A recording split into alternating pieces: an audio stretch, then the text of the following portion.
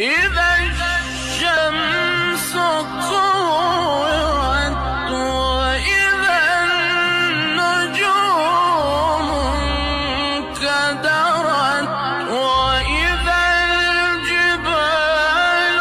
سيرت وإذا العشار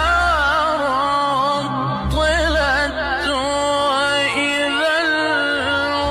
الوحوش حشرت